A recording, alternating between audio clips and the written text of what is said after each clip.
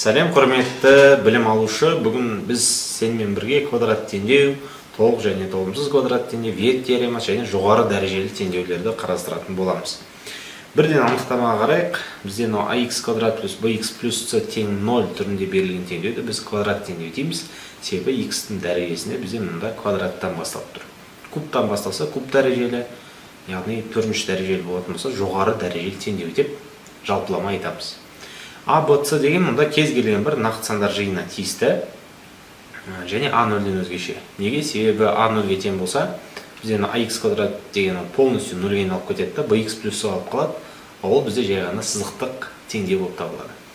Енді А деген мұнда бірінші коэффициент, Б деген екінші коэффициент, С деген бізде ол бос мүше екен. Мысал ретінде қарастырсақ, 5x квадрат қосылған 20x минус 7 тең 0 деген теңдеуді қарастырайық. Мұнда А деп отырамыз бұл 5, яғни x квадраттың алдындағы сан ол ең бірінші коэффициент. Б деп отырамыз ол бізде 20, жай ғана x-ның алдындағы коэффициент. Және С деп отырамыз бізде минус 7, яғни бұл бос мүше деп айтамыз. Енді бізге түсінікті болу үшін жалпы квадрат теңдеудің қандай түрлері бар, сол нәрсеге тоқталайық. Квадрат теңдеудің бізде толық квадрат теңдеу және толымсыз квадрат теңдеу деген екі түрі бар.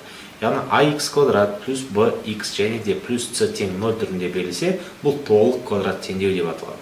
Дәл енді теңдеуде, дәл осы теңдеуде ax квадрат плюс c болып қалса, онда бұяқта bx жетіспейді. Демек, бұл толымсыз квадрат теңдеу. Немесе ax квадрат плюс bx болып қалса, мұнда c жетіспейді. Бұл екеуі бізде толымсыз квадрат теңдеу болып табылады.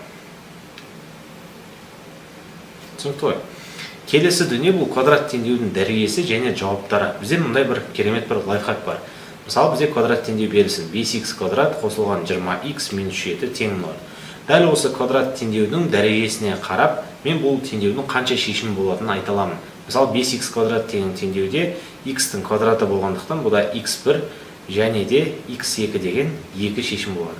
Егер дәл осыған ұқсас тағы да бір мысалы алып көрейік, мысалы 3x куб қосылған 7x тең 0 деген теңдеуді қарастырсақ, бұда x1, x2 және де x3 деген секілді бұның 3 шешім болады. Бірақ арасында ұқсас шешімдер де болуы мүмкін.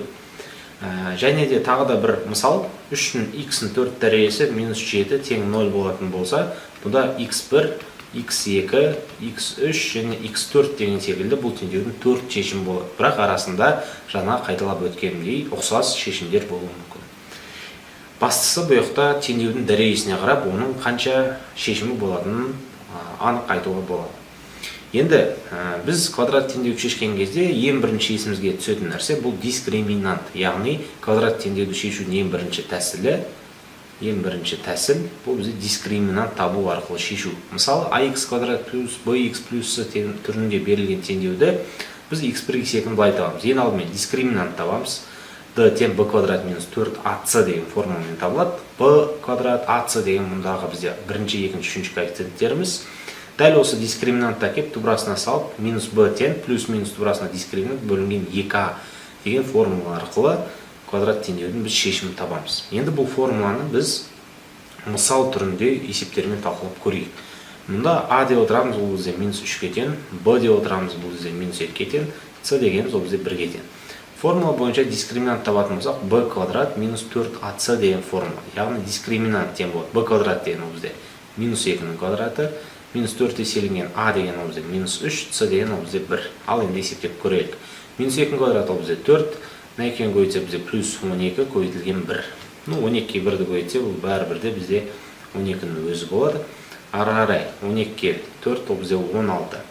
Енді формула бойынша біз x1 және x2-ні тапқан кезде формулада бізде минус b плюс минус дискриминантты бұрасына шығарып, 2 еселенген аға бөлуіміз қажет. Демек, x1 мен x2-ні дәл осы формула салатын болсақ, формулада өзі минус 2 болатын болса, минус b-ға қоятын болса, плюс 2 болып кетеді. Плюс минус тубрасынан дискриминанттан, бізде дискриминант 16 ғой. Демек, ол 4 шығады тубрасынан. Бөлінген 2 еселенген a деген ол бізде мұнда минус 3-ге тең. Демек, неқта минус 3-ге көбейту керек. Сонда бізде екі вариант шығады. 2 қосылған 4 бөлінген минус 6. Және екінші вариант 2 азайтылған 4 бөлінген минус 6. То есть плюс минусты бөлек қарастырамыз. Екеуін бір-біріне бөлісе минус 1 шығады. Мұнда минус 2 бөлінген минус 6. Демек, ол бізде 3-тен 1 болады, екеуі қысқарып кетсе. Демек, берілген теңдеудің шешімі x1 бізде минус 1-ге тең болса, Ал x2 бізде теңдеудің екінші шешімі 3-тен 1-ге тең болады. Значит, берілген квадрат теңдеудің жауабы -1 және де 3-тен 1 деген шешім болады екен. Енді бізде дискриминант әртүрлі жағдаймен шығады. Дискриминант 0-ден үлкен болуы мүмкін, ол 0-ге тең болып қалуы мүмкін, және 0-ден кіші болып қалуы мүмкін.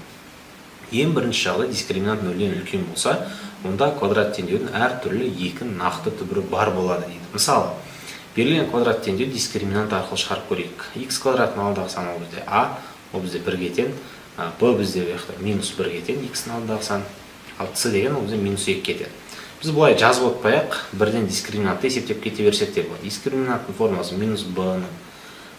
B квадрат минус 4AC. Көп жағдайда бұны дискотека начинается в 2 часа деп жазып айтып жатамыз. Яғни дискотека начинается 2 часа.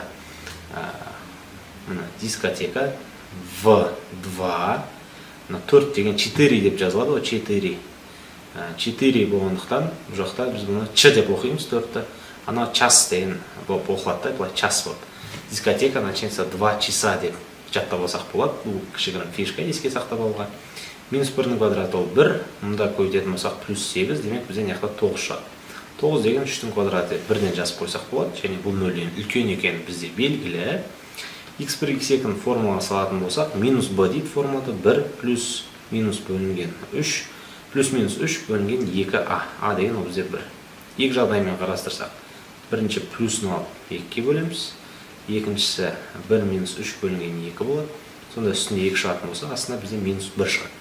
Сонда жауабы, берілген теңдеудің жауабы x1 2-ге тең болса, x2 бізден яқта -1-ге тең. Яғни 2 әртүрлі шешімдер шықты. Екінші жағдай бізде дискриминант 0-ден кіші болып қалуы да мүмкін. Ол қалай? Дискриминант табатын болсақ, -1-дің квадраты, то есть бізде 1-ге тең. -4 еселенген А және де С. Мынау бізде А, мынау бізде С, мынау бізде Б. Енді есептейміз, -1-дің квадраты 1, яқта көбейтетін болсам 120, бізден яқта -119 шығады. Бұл бізде 0-ден кіші. 0-ден кіші болатын болса, неге бұл жақта шешім жоқ, яғни нақты түбірі жоқ. x1 және x2 бізде шешім жоқ. Яғни дөңгелек сызамызда ішін сызып тастаймыз. Бос жиын деген сөз, берілген жиынның, яғни берілген теңдеуді басқаша жиын деп айтсақ та болады. Жиын деген функция деген сөз ғой, бір сөзбен айтқан кезде. Бұл берілген теңдеудің шешімі жоқ. Яғни x1 мен x2-ні табатын болсақ, неге шешім жоқ? 1 плюс-минус түбірасына -119 бөлінген 2a формамен. Яғни квадрат түбірасына бізде теріс сан боламайды. Сол себепті -119-дан түбірасына шығып бағандықтан бұл жақта біз шешім жоқ деп жатамыз. Бірақ осы жерде бір кішігірім фишка айтып кеткім келеді. Біз бағана айттық қой, x-ның квадраты дедік қой. Өтірікші болғым келмейді, шешім жоқ деп айтып. Негізі бұның шешімі бар. Неге? Өйткені біз бағана айттық. Еске түсірейік, алдындағы квадрат теңдеудің дәрежесіне қарап, бұның қанша шешім болуға айтатын. Мысалы, x квадрат болса 2 шешім болады. X куб болатын болса, мына 1, 2, 3 шешім болады. X-ның 4 дәрежесі болатын болса, мына 3-ші мысалда біз айтамыз 1, 2, 3, 4 шешім бар деп айттық қой бастапқыда. Енді берілген есемізге қайтып оралайық.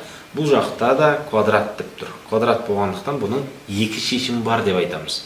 Енді айналып келгенде қайтып келіп айтамыз да, бұның шешім жоқ дейміз. Сонда қайсыған сенемін деген сұрақ туындауы мүмкін сіздерде. Әрине бұның шешімі бар, бірақ нақты түбірі жоқ деп айтады да есептің. Бұның демек нақты емес, яғни комплекс түбірі болуы мүмкін. Комплекс сандар жиыны дейтін бар. Комплекс сандар жиыны деген квадрат түбірасынан минус сан шығады деп қайдады. Яғни бұл тақырыпты мен сіздерге ашып айтпаймын. Бұл бізде 11-ші класстың тақырыбы, бұны алдағы уақытта сіздермен бөлісетін болған. Әзірше бұл сіздердің естеріңізде жүрсін. Енді дискриминант 0-ге тең болса, біз не істейміз? Дискриминант 0-ге тең болатын жағдайда біз айтамыз, квадрат теңдеудің бір-біріне тең 2 түбірі бар деп айтамыз. Яғни бұл қалай болады? Дискриминант табатын болсақ, -8-дің квадраты, -4 еселенген 1 көбейтілген 16. Мынау бізде А 1-ге тең, Б -8-ге тең, С бізде 16-ға тең. Сонда бізде 64, -64 тең 0-ге. x1 мен x2-ні табатын болсақ, -b плюс-минус түбірасында 0 бөлінген 2. 8 бөлінген 2 ол бір сөзбен айтқанда 4 шығады. Демек x1 x2-ге тең, және де екеуінің де жауабы 4-ге тең. квадрат теңдеуі болғандықтан бұның екі шешімі бар. Бірақ екі шешімі бар болса да бір-біріне тең шешімдер екеніне көзіміз жетті. Виет теоремасы деген өте қызық тақырып. Давайте Виет теоремасына тоқталайық. Виет теоремасында бізде айтады, ax квадрат қосылған bx плюс c тең 0 түрінде берілетін болса, дәл осы x1 мен x2-нің қосындысы ол бізде минус b бөлінген a-ға тең дейді, және x1 мен x2-нің көбейтіндісі бұл бізде c бөлінген a-ға тең дейді. Арай осы теңдеуде мен x1 және де x2-ні табам.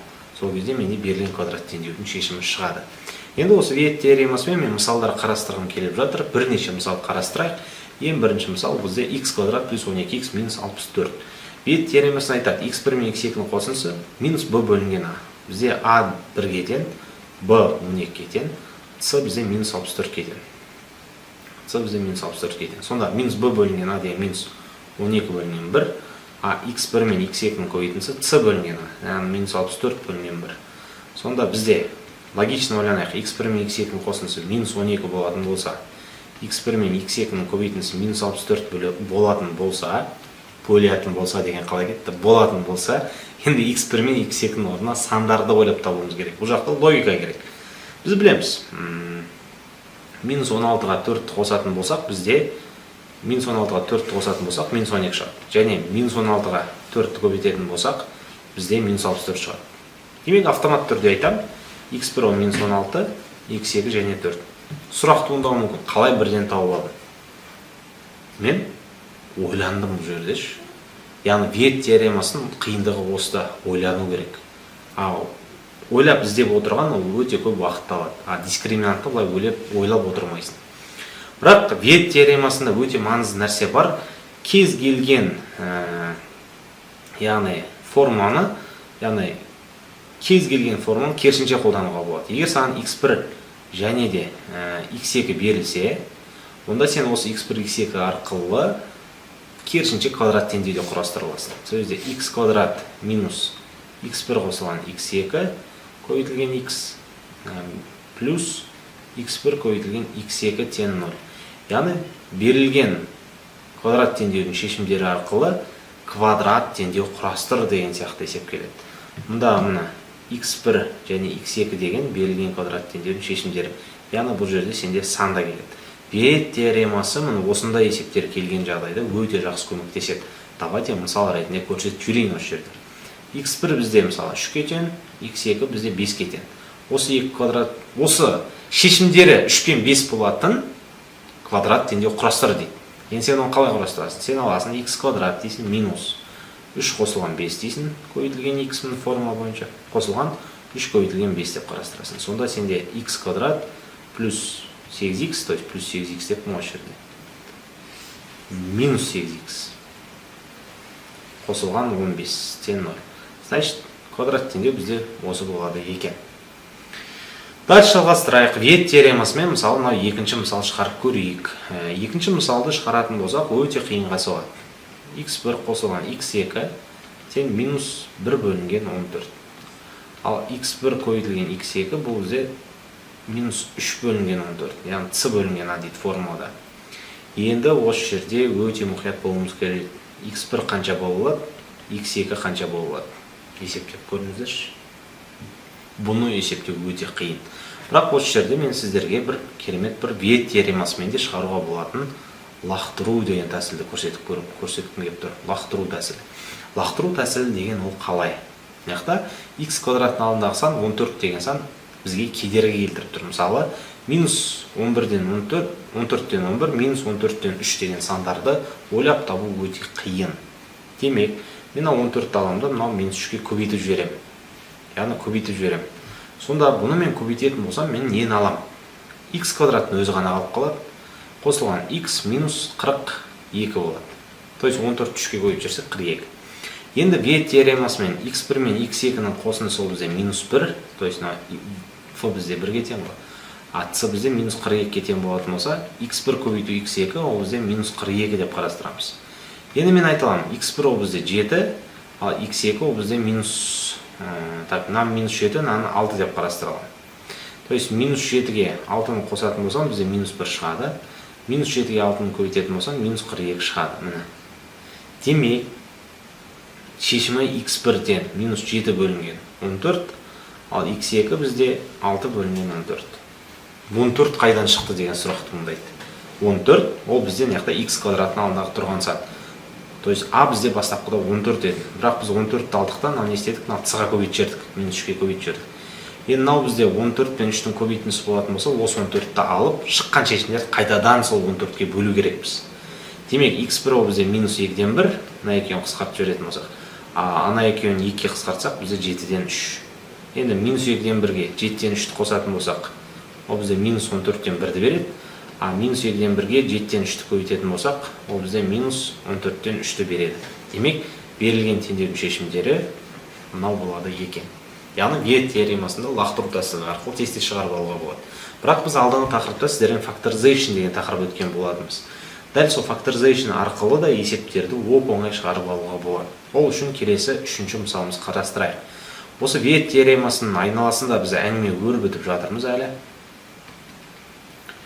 Берілген квадрат теңдеуді реті бойынша жазып үйренуіміз керек. Реті бізде ax квадрат қосылған bx плюсы одан кейін тең бар. Бірінші квадрат дәреже, одан кейін x-дің өзі, одан кейін бос мүше жазылу керек. Бос мүше деген жай ғана санның өзі.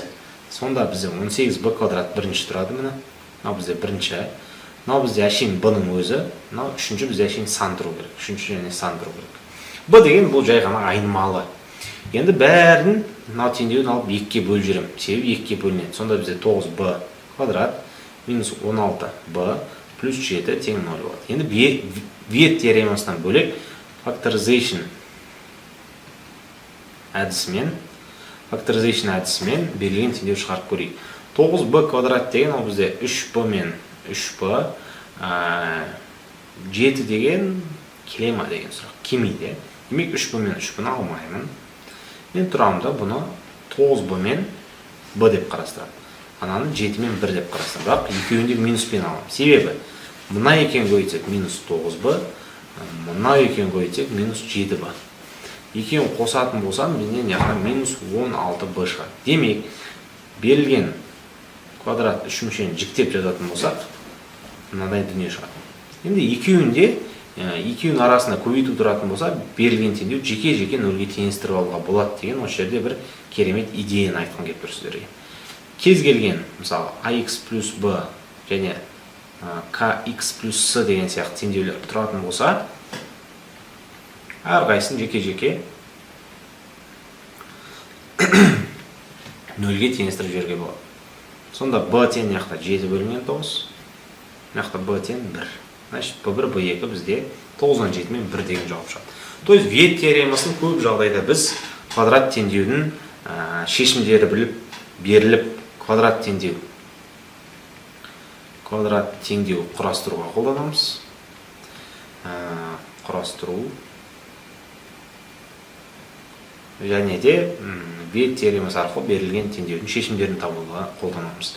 Бірақ шешімдерін тапқан кезде Виет теоремасына сәл қиындықтар туындайды. Бірақ бізде Виет теоремасына арналған есептер де, тесттер де аз келмейді. Жоғары дәрежелі теңдеулерге тоқталайық. Жоғары дәрежелі теңдеулерде біз көп жағдайда көбейткіштері жіктеу тәсілін қолданамыз. Мысалы, берілген алғашқы екеуін топтап аламыз 2-2-ден. Біріншіден x-ның 4 дәрежесін шығарсақ, x-ның 1 дәрежесі азайтылған 2 шығады. Екіншіден x-ның квадратын шығарсақ, x минус 2 қалады. Таңбаларды абареміз. Мына екеуі де бірдейлерді жақшаның сыртына шығарып жібереміз. x минус 2-ні шығарсақ, бізде екіншіден x-ның 4 дәрежесі минус x квадрат шығады, тең 0. Жеке-жеке нөлге теңестіреміз. x минус 2-ні нөлге теңестірсек, x тең болады бізде не яқта? 2. x-ның 4 дәрежесі азайтылған x-ның квадрат тең 0 болатын болса, яқтан x-ның квадратын азайтсақ, x квадрат минус 1 тең 0. Әрқайсысын нөлге теңестірсек, x квадрат нөлге теңестірсек, x тең 0 болады бұл жақта, x бір x2-де. X-ның квадратын минус 1-ге нөлге теңестірсек, бұл жақта толымсыз квадрат теңдеуді шығара алуымыз керек. x квадраттен минус 1 неқа өткізсек плюс 1, y квадрат екінші жаққа түбір астында шығады. Осы нәрсені ұмытпаймыз, неқтан плюс минус болып өтеді. x-тен плюс минус 1. Сонда бізде x1 2, x2 бізде 0, міне 2, 0, және де x3 бізде 1 болатын болса, а x4 бізде неқтан минус 1 шығады. Яғни бізде неқта берілген теңдеудің 4 шешімі шықты. Ал неқта дәреже 5 деген сұрақ туындайды. тағы біреу қайда? Бұл жақта x квадрат бізден 0 деп тұр. Бұл жақта мына x-тан 0-ге тең, мына x-тан 0-ге тең. То есть екі шешімі де 0-ге тең болып кетті да. 0 деген 2 рет кездесіп тұр деген сөз. Келесі жоғары дәрежелі теңдеу. Бұл жоғары дәрежелі теңдеуде ең оңай способ, қараймыз. Мына мен мына екеуі бірдей. Сондықтан x квадрат минус x-ті жай ғана t деп жаңа айнымалы енгіземіз. Осы жерде сіздерге жаңа айнымалы енгізу деген ұғымды түсіндіргім келеді. Жаңа айнымалы енгізу деген сөз кез келген бір әріп енгіземіз. X квадрат минус x тең t. Давайте t емес q деп енгізейік. Q деп енгізсек қалай болады? Онда бізде мына q квадрат, мынаның орнына q қоятын болсақ, мына квадрат тұр. Мынаның орнына q қоятын болсақ, минус 5q. Минус 6 тең 0. Арай q1, q2-ні табамыз. Factorization әдісімен шығарсақ болады. 6 мен 1 деп қарастырамыз. Сонда q1 тең 6, q2 тең болады бізде минус 1-ге. Шыққан мәндерді әкет, мына q-ның орнына қоямыз қайтадан. Сонда x квадрат минус x тең 6 болады, x квадрат минус x тең минус 1 болады.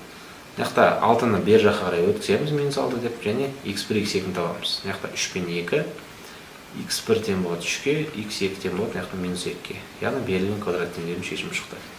Ал мына x квадрат минус x плюс 1 тең 0 болатын болса, бұл дискриминант тапсақ, минус 1-нің квадраты 1, минус 4 көбейтілген 1, значит 1 минус 4, значит минус 3. Енді бұл жақтан тубырасынан терістен шықпайды, значит шешім жоқ, жауабы сол x1, x2 болып табылады екен. Келесі бізде b квадрат теңдеу деген ұғымды түсіндіргім келіп жатыр. b квадрат теңдеу деген кезде мына нәрсені түсінуіміз керек. x-ның 4 дәрежесін x квадраттың квадраты деп түрлендіруге болатынын біз білуіміз керек. Енді x-ның квадратын біз мына a деп қарастыратын болсақ, бізде мына a-ның квадраты минус 3a минус 4 тең 0 болады. Мына a1, a2-ні тауып аламыз. Өте мұқият болуымыз керек. a1 бізде мына 4, a2 бізде мына минус 1. Демек орын-орнына қойсақ, x-ның квадраты тең болады 4-ге. Бұдан x тең түбір астында 4 плюс минус, осы жерде әрқашан жұп дәрежелі түбір болса плюс минус болады. x тең болады бізде мына 2, және x тең болады минус 2. x1, x2 деп айтсақ болады. Және де келесі мән x-ның квадраты тең минус 1 болатын болса, бұдан шешімі жоқ. Значит, жауабы 2 мен минус 2 болып қала береді. Осымен бізде тәмам. Әрқашан өздеріңіздің дәрежелеріңіз жоғарылатып, b квадрат теңдеу сияқты биік болыңыздар. Ол тек қана білім арқылы жүзеге аспақ. Адам-адамнан тек қана айырмашылығы білім және де қабілеттері арқылы ғана озады. Адам-адамнан ешқашан байлықпен озбайды екен. Көп рахмет. Сіздермен болған мен Нұрғазы Сәрсенбекұлы. Сау сәлеметте болыңыздар.